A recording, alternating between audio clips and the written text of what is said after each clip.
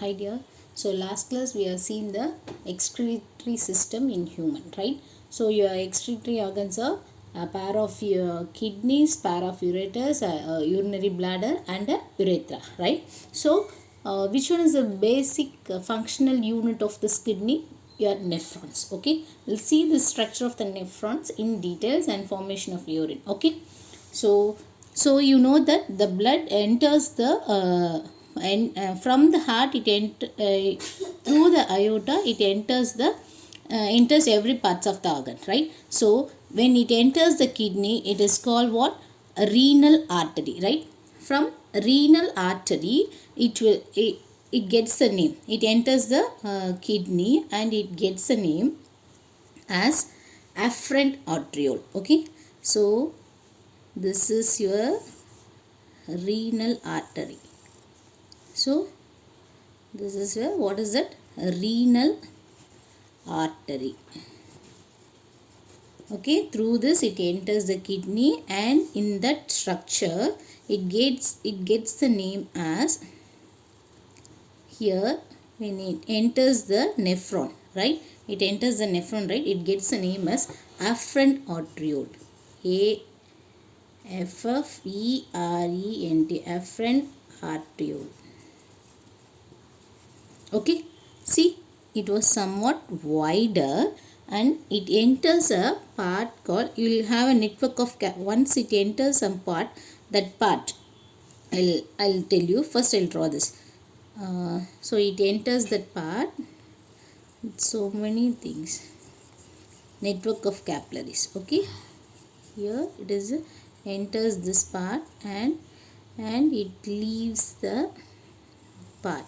If you see this, drawn somewhat slightly narrow tube, okay? It enters this afferent arteriole. It divided into so many capillaries, okay? It forms a network of capillaries. This is wider part, this is wide, and here it is narrow. This is called afferent arteriole, and somewhat it is narrow. So when anything enters from a wider part to narrow part, it creates some pressure, right? It creates some pressure. Since it is a smaller capillaries, since it is smaller capillaries, it is held in a bowl-like structure, okay? It is held in a bowl-like structure. This is called your Bowman capsule. This network of capillaries, this is called your glomerulus. This network of capillaries is called glomerulus. It is kept in a capsule, a bowl-like structure. This is called Bowman's capsule. Bowman's capsule. Okay, Bowman capsule. Since it enters the narrow part, it creates some pressure. Okay, when it creates some pressure, and most actually what is this kidney is doing? It purifying the blood. It's trying to remove the unwanted things from our blood, right? So the blood entered through the renal artery and it gets a name afferent arteriole. Here it enters, it form a network of capillaries here, and it is held in a capsule called Bowman capsule. Since it is wider and it ends with a narrow part, so it creates some pressure. So what happens? All the things present, soluble things present in the blood will be filtered here, okay? Because of the pressure. Capillaries, you know, it is made up of thin wall. So if pressure is created, some of the things like even glucose, water, calcium, potassium, sodium, likewise everything will be filtered out, okay? Whichever is smaller than the pores of the capillaries, it will be filtered out, okay? Now this Bowman capsule carry all this thing, and it is all the filtrates will enter this tubule, okay? Enter this tubule, and this tubule is convoluted here. So many convolutions are there, okay? and it becomes a loop-like structure here, and it gets a loop-like structure here. Okay, loop-like structure here. So many convolutions are here. It is nearer to this Bowman capsule, right? So it gets the name proximal convoluted tubule. Okay, and you will get a tube-like structure. This is called your loop of Henle. This part is called loop of Henle. Okay, now again it gets some convoluted part. Okay, so it gets some convoluted part. It is away from this starting point of the nephron, right? So it is called distal convoluted tubule. Distal convoluted tubule, TUBUL. Okay, distal convoluted tubule, and it is connected to this tubule is connected to a collecting duct. Okay, this enters the collecting duct. This is your collecting duct. Okay, so and this collecting duct ends with the ureter.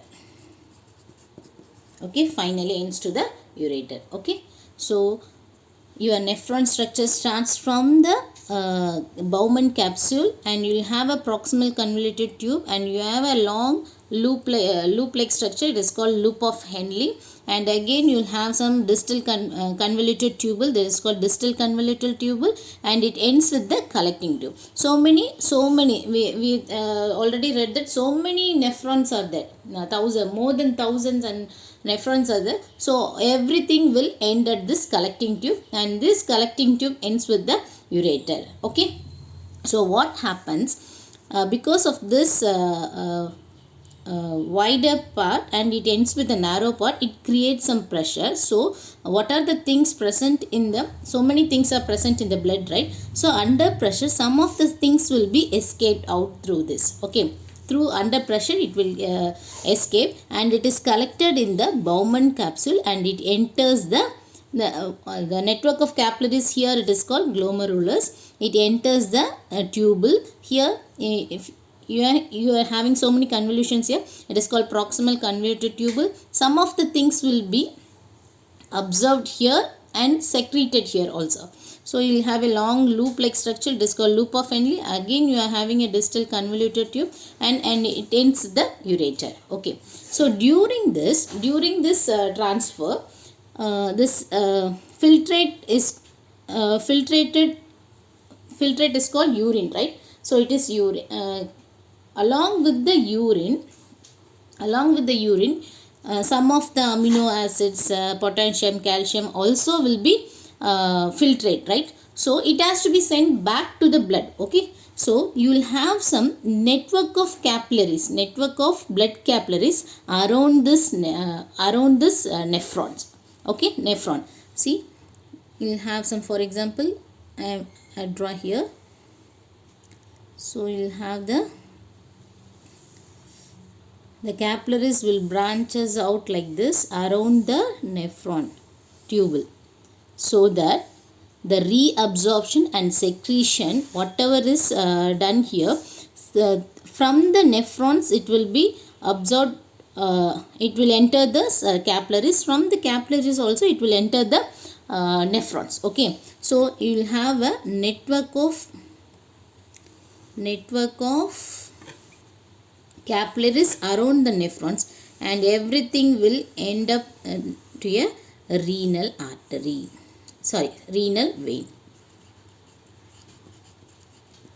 Okay, so these are all your oxygenated blood, and when used up and after reabsorption, everything will join together and this is your deoxygenated blood, and it enters the renal vein.